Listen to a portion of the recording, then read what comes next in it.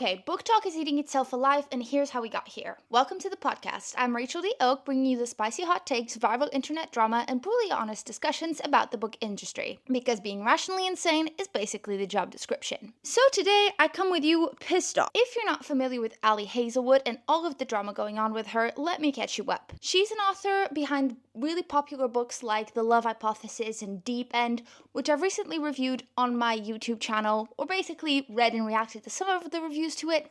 It's not my kind of book, but it's still quite entertaining. Regardless, there's been a massive dogpile on her after she basically shared a Hunger Games preference. Do you need to know all the details? Yes, you do, because this is how absolutely ridiculous it was, the fact that she's getting basically bullied off the internet. So at a conference, Ali Hazelwood basically said, hey, Peeta's an absolutely useless character. Do I think Pizza is a useless character? No, personally, I don't. I find that it was super interesting how he was portrayed, the way that a lot of female characters are portrayed in any sort of action book. Usually it's the female character that is soft and bakes and is the love interest. And Peeta was such an interesting subversion of all those stereotypes. But that is my opinion, and that's the thing. Even though she is an author and she is popular, she is still allowed to express her opinions on a book. She did not say, this is gospel, this is a fact, Peeta is a useless character. She just said that personally, she believed that he was a useless character. Whatever, okay? Now, this little clip, and when I say little, this is a 5-second throw off of her at a conference, got blown up so out of proportion that as of the date that I'm recording this, which is like 13th of July maybe, she was forced off Instagram. Like, her account gone or privated or whatever. And I think it just shows how absolutely insane we have gotten as a society. I've said this so many times, but I feel like we're putting creators, book creators, or any sort of social media influencers and holding them in this sort of pedestal where they are not allowed to do anything wrong. Their books need to be perfect, their opinions need to be perfect, the way they live their lives needs to be perfect, and if they step out of line, then everybody jumps on the cancel train bandwagon. And I think, yes, let's hold people accountable. If, as a human being, you are doing something that is morally, ethically wrong or like illegal, absolutely, bring it to the attention, bring it to the public eye. Like, absolutely, you will see me say no to that. But, okay, I got off track there for a second. My point being that I also want that energy to apply in other places beyond social media creators. Why are we not applying that energy to our politicians, to the people that are making rules and laws and putting all of our collective lives in danger? I just don't understand why it's so easy for us to turn around and dogpile on a person stating an opinion, but we are incapable of holding that same standard to issues that genuinely freaking matter. Not only that, but it's like, it is such a petty opinion. And if this had happened just once, if this was just a one-off throwaway, I would not be sitting here with my little mic talking about this. The fact is that this has happened over and over and over again. I had Substack post 2 weeks before she got canceled, basically discussing exactly this. The BookTok is burning its own house down and bringing to light the fact that this constantly happens to female creators, and I don't think that is by any means a coincidence. I don't think it's a coincidence that it's always the female authors that get the brunt of the criticism. I don't think it's a coincidence that it is constantly female authors like Nevessa Allen, H.D. Carlton, Colleen Hoover, constantly being dogged on. Anna Todd, she wrote the After series for Wattpad. It was quite clearly a Wattpad-y fanfiction romance. And even when she got a book deal, that was a valid book deal. If you read her books and if you went to the movies, you knew what you were bound to see. It was going to be Wattpad-y and it was going to be slightly cringy, but, you know, you signed up for that. She never shied away from that. But I still remember back when these books and these, like, movies got so popular, everyone tore that woman down. Her, like, I'm pretty sure she had to have, like, comments disabled at one point. People just, like, absolutely horrifically destroyed her.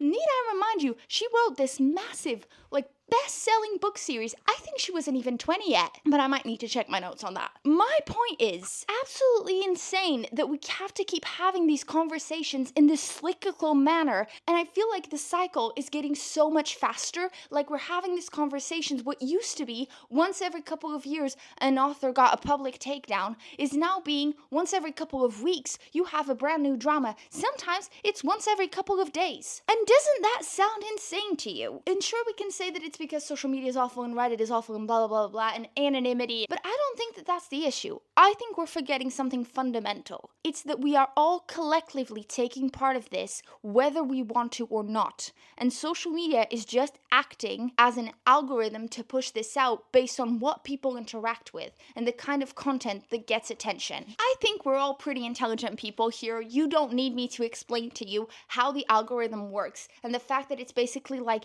a slot machine meant to keep you engaged and entertained. So it just uses whatever topic has the most amount of interest and passionate discourse to keep pushing it out, to keep people on the app, to avoid them leaving. And the problem is we all get sucked into this, whether we like it or not. And what I mean by this is we get sucked into commenting in order to defend, in order to repel, in order to ask more context and more opinions, whether it is we're just reading the comments and trying to get context. Are we just watching the video? Are we liking the video, disliking the video? All of these are signals of conversations. The algorithm does not care your particular opinion on the topic. It's just that the topic is keeping you motivated and engaged. And even me sitting here discussing this, I know that if I put Ali Hazelwood gets bullied off TikTok in the title, then this podcast episode is going to get pushed out in the next 24 hours, which is why I'm not going to post it for at least another week, because I don't want this to be another viral moment. That is not the point. I'm not using this for clout. I am just genuinely pissed off at the fact that this continuously happens. Which then brings it into another point of social media, which is the social media creators behind this sort of bullying and this sort of takedown. I understand why people made the videos criticizing her, not the original ones, the ones that now keep popping up and that keep adding fuel to the fire. It is not genuine critique, obviously. It is solely sort of a performance to gather attention. If you want your social media account to grow, you need to talk about popular books and popular topics. And so obviously, if this is getting brought to light, you're gonna reshare the 5-second clip and you're gonna add in your 2 cents, agree or disagree. But obviously, this keeps adding more fuel to the fire. This doesn't solve anything. Ali Hazelwood is not sat there watching 50,000 TikToks waiting for the one that actually defends, nor would I expect her to. I don't think any author, big, small, indie, traditional, deserves this kind of treatment for a throwaway sentence. I have said plenty more controversial things in my YouTube channels and TikToks and shit like that. Which segues me quite easily into the fact that I don't take part in any sort of performative takedowns. Whenever there's a new piece of drama or something like that, I don't pull out my camera and make a TikTok on it. Because I feel like, what is the point? Unless I am speaking on a topic that is genuinely concerning and that I feel like the majority of people genuinely need to know about because it affects their livelihood, then otherwise, what's the point of me putting in my 2 cents? Is it just because I want attention?